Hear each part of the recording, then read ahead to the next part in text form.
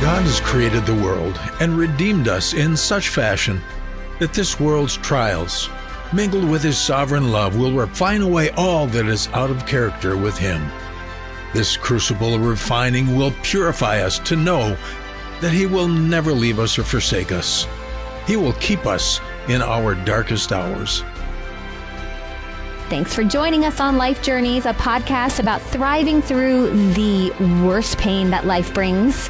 With global initiatives threatening big changes to our way of life, we're going to need to activate Jesus' words about mountain-moving faith.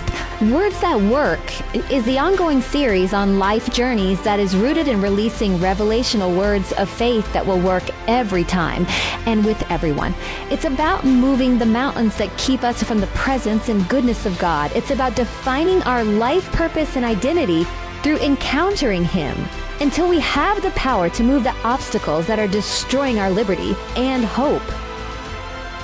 The secret place of Psalms 91 is where I find the presence of God. It is my refuge when I'm assailed by this world, devils, and my own flesh. It's called the secret place because it's not readily available to the world of unbelievers. Many Christians are unaware of its existence and how to get in if they do know of it. For it's not a doctrine, but an encounter. It takes much diligent seeking of the Lord, of personal soul-searching, and of battling one's inner demons, so to speak. Its entrance is about knowing the keys of the kingdom, about finding peace by faith and surrender in honesty and humility. And it requires heaven's invitation. Those who aren't anointed to seek God will not pay the price of diligently searching for the presence of God. They'll settle for what their own resources and worldly goods can do to medicate their soul's longing and pain. Those who find the secret place of the Most High will have it contested by the forces of darkness, for they know that a man will be lost to them under the shadow of the Almighty. Surely, He said, He will deliver them. Because the secret place of the Most High is secret, most people will not bat an eye if you tell them of the glory of God found there. You see, God conceals the revelation of His word in the hiding place of His glory. It's in this secret place that what I call a relationship with the glory of God is experienced. It's the place where we can truly live the phrase, Jesus is all I need. Here is where the promises of His word become our primary reality, a reality greater than our problems. And it's here where we become less preoccupied with the human condition than we are with the divine solution. The secret place of the Most High is where our soul genuinely embraces the reality that Jesus is now our own life. It's one of the greatest secrets that I have found to give me hope when my body is weakened, my mind is bombarded, and my emotions are racked with sadness. When I accept His life, the next steps in front of me are ones I reach out for with joyful anticipation instead of despair. For I know that I shall be filled with an increasing glory instead of an increasing dissipation and sorrow. Sickness doesn't darken my pathway. Lack of material blessings don't press in with feelings of being less than. When I walk in the valley of the shadow of death as old age creeps in closer, the shadow is because I'm abiding under the shadow of the Almighty. When I look up in the shadow that is surrounding me, I see Jesus towering over me as the champion warrior that stood by Joshua over against the horizon of impending victory over death itself. He says, "Take off your shoes, for the ground you are standing on in your golden years is dedicated as kingdom territory." You're not walking on a journey leading to misery and death. You're walking up the stairway to heaven. Everything that happens to you now is taking place on holy ground. I have taken up your journey and am leading you into glory. I am old. But He says old things have passed away, and all things have become new. I'm a new creation. I'm no longer known in heaven after the fleshly life that is my old life. I'm in Christ, and the secret place of the Most High is where I encounter my new life in Christ. I am increasingly thinking like the people in heaven think. Earthly thoughts and ways are becoming less and less of an influence on my countenance, and this is the power of God, the river of life from deep within that gives me the power to live in the character of Christ. He is my refuge and fortress. When I am afraid, despairing and sad, or disappointed, I run to him and let his life begin to influence me more than this world. He will deliver me here. He will cover me, and in this place I am able to trust. He is my shield, so I need not defend myself against the accusations of my own inner courtroom of condemnation or to those whom I assume to bring a charge against me. For he is my habitation, my dwelling place, and I am his. You may already see that this is indeed a secret place. For many who claim to believe, when the wind starts blowing, they start wilting, wondering, fearing, complaining, and living in confusion. Why? This place is a secret, and they have yet to trust in it enough to pay the price to find the habitation of God. It is a scary place, for it is here that the flesh must take up the cross and surrender all to Jesus. This is the place where the soul of a man says with all integrity and experience, "There is no one that I desire besides thee." He's learned to be content in a bread line or a bed of roses. He can be trusted with the treasures of this world because Jesus is his only heart's treasure. In the secret place, you can live in a storm because he is with you. You can live as a target of shame in this world because God has honored you. You can thrive without wealth, health, and achievement because Jesus is your life. He defines your life now. Your sin doesn't. Your past doesn't. Your achievements don't. And your money doesn't. There you are in the quiet of the evening. All the clamor of the world has been shut out. You're looking up into the face of God and saying, "Lord, I want to touch your face. Here I am, struggling and needing your rest."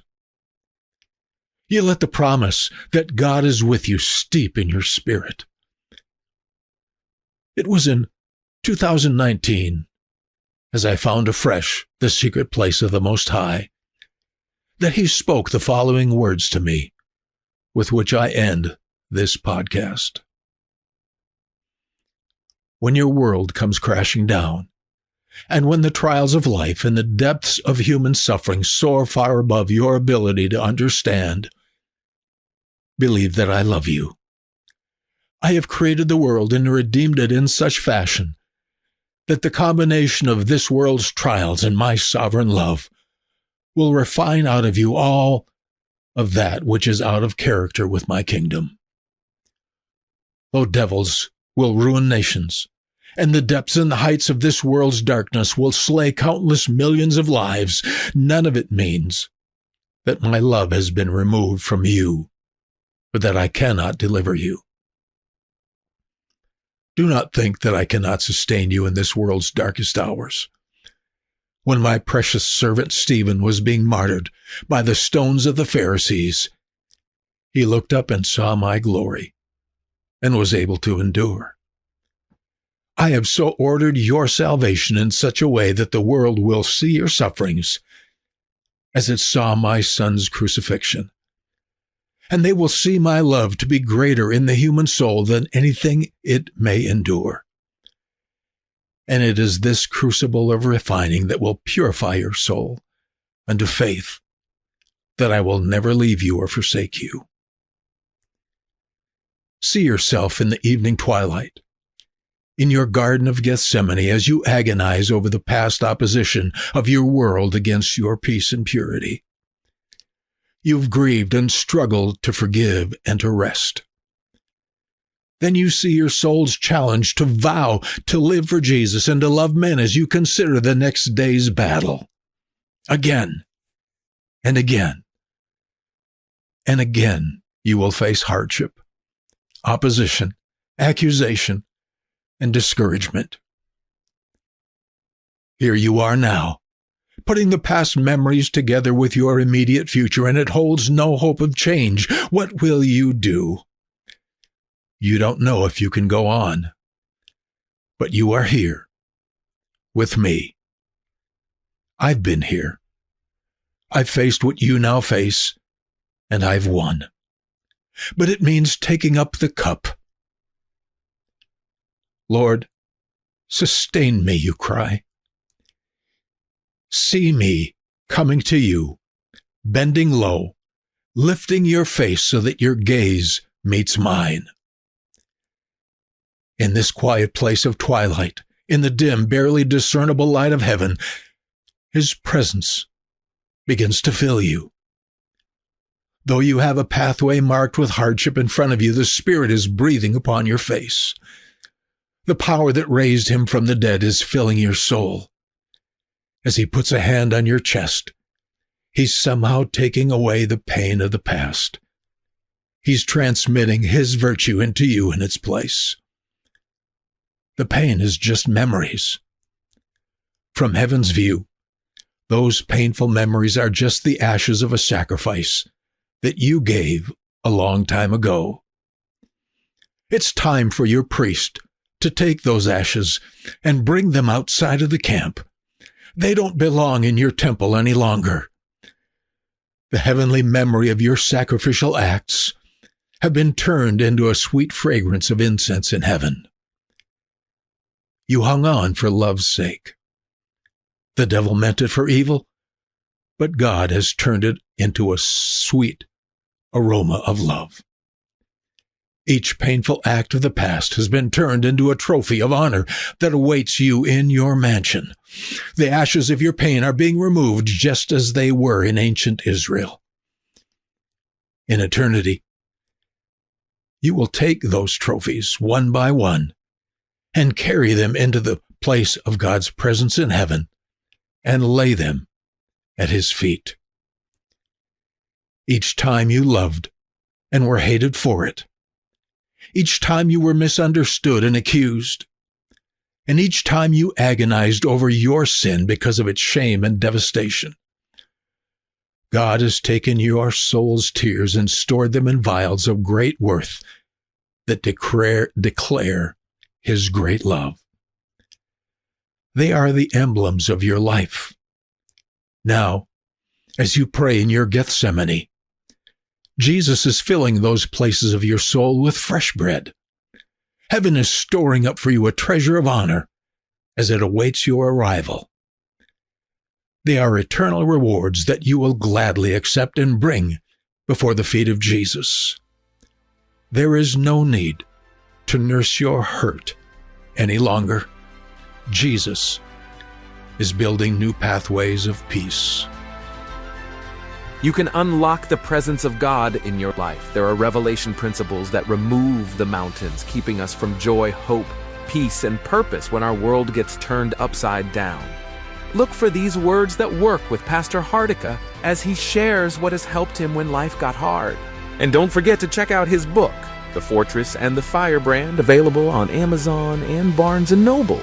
Thanks for listening to Life Journeys. Find new episodes every Wednesday and Saturday. God has created the world and redeemed us in such fashion that this world's trials, mingled with His sovereign love, will refine away all that is out of character with Him. This crucible of refining will purify us to know that He will never leave us or forsake us. He will keep us in our darkest hours.